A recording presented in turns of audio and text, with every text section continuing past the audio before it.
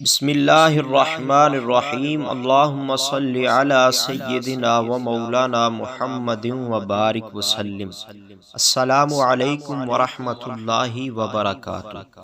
پیارے ناظرین، اگر کوئی شخص کسی سخت مرض، علت، غلط عادات، نشہ میں مبتلا ہو یا بچہ اپنے والدین کا نافرمان ہو تو سورہ مزمل ایک بار ایسے پڑھیں کہ جب اس سورت کی آیت نمبر 7 ان لک فی النہار سبحا طویلا پر پہنچیں تو جس کام کے لیے آپ پڑھ رہے ہیں اس کا تصور اپنے ذہن میں رکھ کر اس آیت کو 100 بار یعنی کہ ایک تسبیح پڑھ لیجیے۔ اس کے بعد ساری سورت پڑھ لیجئے۔ 21 یا 27 یا 41 دن تک یہ عمل جاری رکھیے، حیرت انگیز رزلٹ ملے گا۔